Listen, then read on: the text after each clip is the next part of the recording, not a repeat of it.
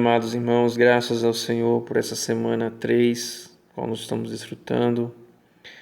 E hoje, sexta-feira, dando continuidade à leitura, nós vamos desfrutar aqui, primeiramente, o ler com oração, que está em Provérbios, capítulo 8, versículo 13, que fala: o temor do Senhor consiste em aborrecer o mal, a soberba, a arrogância, o mau caminho e a boca perversa. Eu os aborreço. Ó Senhor Jesus, Senhor Jesus, ó Jesus amado, esse versículo, Senhor, mostra para nós situações tristes, porque ainda se encontra presente na vida de muitos, e até mesmo de filhos teus, ó Senhor, de servos. Senhor Jesus, aqui fala que o temor do Senhor consiste em aborrecer o mal. Ó, se o próprio Senhor se aborrece dessas coisas, da questão da soberba, da arrogância, do mau caminho e da boca perversa. Senhor Jesus, sabemos que em nós existe uma natureza que é maligna. Ó, sim, também a questão do ego, o eu, nosso eu, Senhor. Ó, Jesus, por mais que queiramos, lutemos para fazer a Tua vontade, está agradável ao Senhor, para que de nossa boca saiam coisas positivas, coisas do Espírito, para que haja edificação, para que haja o suprimento da vida. Ó, Senhor Jesus, e baseado na Tua vida que está em nós. Ó, Jesus amado, precisamos de fato ter um viver que agrade o Senhor. Isso nós só podemos fazer no Espírito, porque somente estando no Espírito, a questão da soberba, da arrogância, do mau caminho e da boca perversa, essas coisas não estarão presentes em nossa vida. Ó, Jesus amado, mas sabendo, Senhor, que somos pecadores e falhos e que essas coisas existem, nós queremos te pedir perdão, Senhor. Nos perdoe, Senhor Jesus. Nos perdoe porque muitas vezes isso vem à tona, por mais que não queiramos. Ó Senhor Jesus, que possamos buscar mais e mais a Tua palavra, que possamos ser lavados por ela. Ó, e através da comunhão do Senhor, o Senhor possa nos iluminar. Senhor Jesus, ó Jesus, cegados pela presunção e pelo orgulho. Ao descrever alguém que ensina doutrinas diferentes, Paulo diz que esse é enfatuado.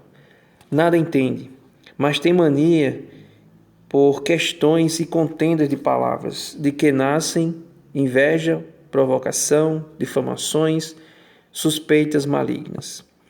Ser enfatuado é ser cegado pelo orgulho e pela presunção.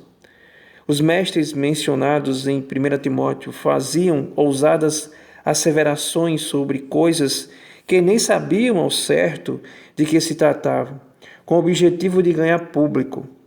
No passado, alguns chegaram a produzir uma revista com o intuito de se afirmar como detentores da verdade. Essa revista, por fim, tornou-se um mero fórum de discussão doutrinária. Querido leitor, não temos interesse nisso. O que queremos é levar vida às pessoas e que elas vivam por essa vida. Vemos que o motivo de muitos buscarem estabelecer os seus próprios ensinamentos veio do pensamento de que, se Paulo tinha um público tão grande e próximo a ele, eles também podiam ter. Essas pessoas olhavam para as igrejas e, imaginando que existia mercado para todos, espaço para todos, elas imaginavam que atrairiam muitos se falassem sobre a genealogia dos judeus, sobre coisas pirotescas, coisas que os gentios não conheciam, coisas que tinham aparência de piedade. Foi assim que surgiram os ensinamentos diferentes de homens que achavam que a piedade era fonte de lucro. Diante disso, Paulo ensina a Timóteo que podemos viver pela fé, expressando Deus em nossa carne e tendo o que comer e o que vestir, estejamos contentes. Em geral, a motivação dos que ensinam diferentemente de Paulo era buscar um espaço alternativo para si, visando a piedade como um negócio lucrativo, alimentando os interesses financeiros e materiais. Para outros, o importante era a fama, o poder e a glória dos homens. Mesmo hoje, existem muitos cristãos e grupos cristãos que mobilizam milhões de pessoas. Mas se queremos permanecer na condição da igreja em Filadélfia, não devemos almejar isso. Antes devemos manter o nosso coração puro.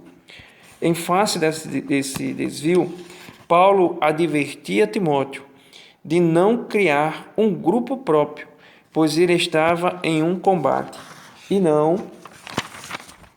não podia distrair-se com a busca por dinheiro, popularidade ou um espaço próprio. Era como se Paulo lhe dissesse que ele estava em um combate de vida ou morte.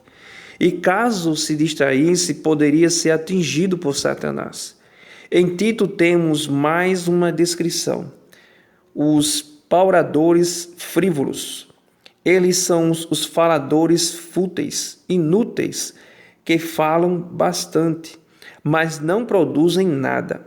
Esses faladores eram principalmente os da circuncisão, ou seja, os judeus crentes que ainda perturbavam a obra que o Espírito realizava por meio de Paulo. Eles tinham um intuito ganancioso e queriam obter um espaço, um lugar, um mercado para ganhar dinheiro, aproveitando-se do labor que Paulo realizava entre as igrejas. Quanto a nós, precisamos seguir o ensinamento dos apóstolos. Amém.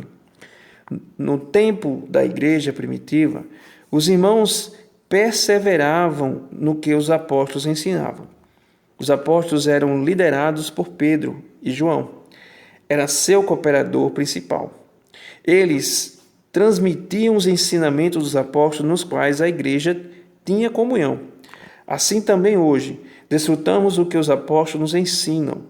O perigo de buscar ensinamentos em muitos lugares é achar algo que nos traga tanto dano espiritual, de verdade. Senhor Jesus. Por isso, tenhamos comunhão no ensinamento dos apóstolos, que de maneira prática é tudo que está no Novo Testamento. O Novo Testamento é o ensinamento dos apóstolos, começando pelos próprios ensinamentos do Senhor Jesus. Assim, o que os apóstolos ensinavam é nosso estopo. Ó Senhor Jesus, é nosso escopo. E dentro desses limites situa-se a ortodoxia de nosso ensinamento. Transmitimos apenas o que está dentro do limite do ensinamento dos apóstolos, para que não ocorram desvios nem tentativas de distração com outras doutrinas. Ó Senhor Jesus, precisamos ser fiéis e bastante sérios nisso. É verdade, Senhor. Em 2 Timóteo 3, 14 e 15, Paulo fala a seu jovem cooperador que este não precisava buscar conteúdos diferentes para transmitir aos irmãos. Ele sabia de quem havia aprendido. Assim, ele se inteirou do que Paulo lhe ensinara.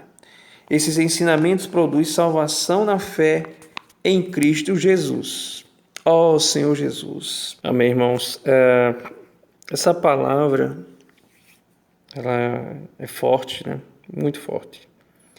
Até porque nos expõe, né? Expõe o nosso natural. Mas o que eu vejo aqui, o que me chama a atenção é que, além das situações que são coisas abomináveis aos olhos de Deus, que foram mencionados, existe outro que é muito sutil, que não haveria nenhuma necessidade para nós, uma vez que eu creio que nós que estamos na vida da igreja e temos uma visão, não devemos em momento algum perder tempo buscando outras coisas. Ou seja, se eu já estou e me considero satisfeito porque eu tenho a vida de Deus, porque eu sou grato ao meu Senhor por isso, não tenho porquê. Ora, se eu já estou satisfeito, não tem porquê eu buscar mais nada. Principalmente ao que se diz respeito a doutrinas, a ensinamentos, né? Então, isso diz muito a ver com que tipo de vida que eu estou levando diariamente. Qual tem sido as minhas escolhas diárias? Isso faz toda a diferença para a vida de um cristão, né? De quem serve ao Senhor. Pelo menos é assim que eu vejo. Então, aqui fala que Paulo advertia a Timóteo com relação a tantas coisas que poderiam vir a acontecer, principalmente por ele se tratar que era um jovem, né? Imaturo, mas que existia nele uma autoridade vinda do Espírito.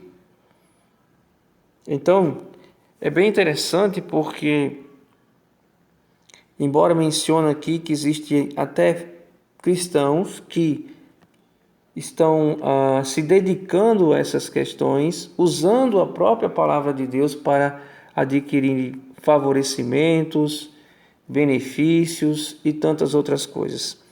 Isso é muito vergonhoso, né? Até de mencionar isso. Em pensar que existam filhos de Deus que usam a palavra de Deus como mercado, mercadejando a palavra para adquirir benefícios, ou até mesmo seguidores, né? E nós vemos na palavra do Senhor que tal prática é algo que provém de um coração em que existe uma soberba, uma arrogância e, consequentemente, haverá um mau caminho. E essa pessoa que está neste caminho, qual é o proceder dele? Da sua boca não pode sair bênção. Jamais. Da sua boca vai sair o quê? Perversidade. Qual é o entendimento que nós temos de uma pessoa perversa? Uma pessoa perversa não é aquela simplesmente que faz perversidade, né? Parece muito simples, mas é algo que vai muito além. Para que a pessoa possa expressar algo que é perverso, primeiramente o coração dessa pessoa não está adequado.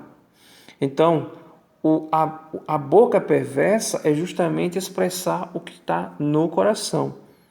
E aqui diz respeito a uma soberba, uma arrogância, né? Então, com certeza, não virá nada de bom. Senhor Jesus. Então, que ensinamento traz para nós essa palavra hoje? Primeiramente, uma advertência, né? Tendo em vista que nós temos, sim, uma natureza maligna que é totalmente contrária ao propósito do nosso amado Senhor.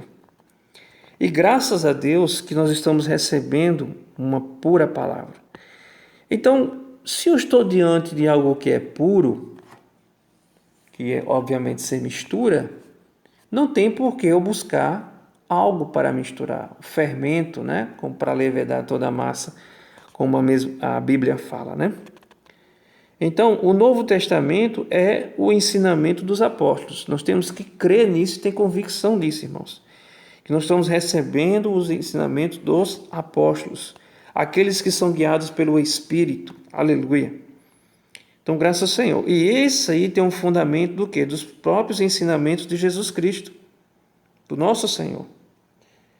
Ó Senhor Jesus. Então, isso há uma transmissão, né, desses ensinamentos que vêm dos apóstolos, que são guiados pelo Espírito, para que possam fazer a vontade do Senhor.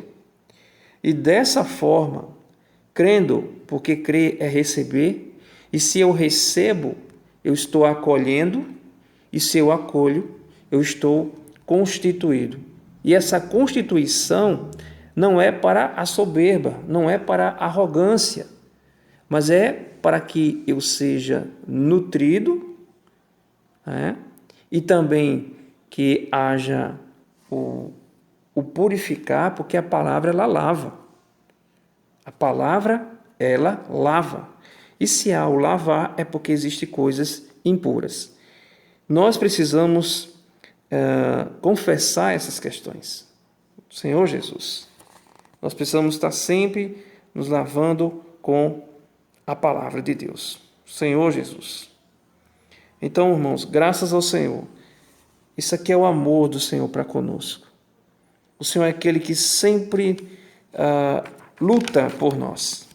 É como aquele hino que fala, né? O Senhor insiste em nos fazer reinar. Como é que o Senhor, de maneira prática, nos insiste em fazer reinar? É dessa forma. É através dessas palavras cheias de amor, de justiça, que é uma palavra equilibrada, porque nós precisamos ouvir tais palavras. Louvado seja o Senhor. Então, agradeça ao Senhor por essas palavras, por ter usado, né, os apóstolos, os irmãos, para esses irmãos que se esmeram na palavra de Deus, né, estão sempre em comunhão com o Senhor para poder ter clareza naquilo que os santos, que a igreja do Senhor precisa ouvir. Ó Senhor Jesus, então, que nós tenhamos um coração simples, puro, né, sem nenhuma mácula, sem nenhuma ruga, e a única forma de termos esse coração é vivendo no Espírito. Então nós precisamos estar sempre invocando o nome do Senhor, porque quando eu invoco é porque eu necessito, e quando eu invoco é porque eu reconheço que nada sou e nada posso fazer. Louvado seja o Senhor. Que Deus nos abençoe nesse dia. Senhor Jesus, tenha caminho em nós, tenha primazia, Senhor. Ó Senhor, nós te amamos, Senhor. Obrigado, Jesus. Obrigado por teu amor. Obrigado por teu dispensar. Obrigado por não desistir de nós. Jesus é o Senhor. Amém.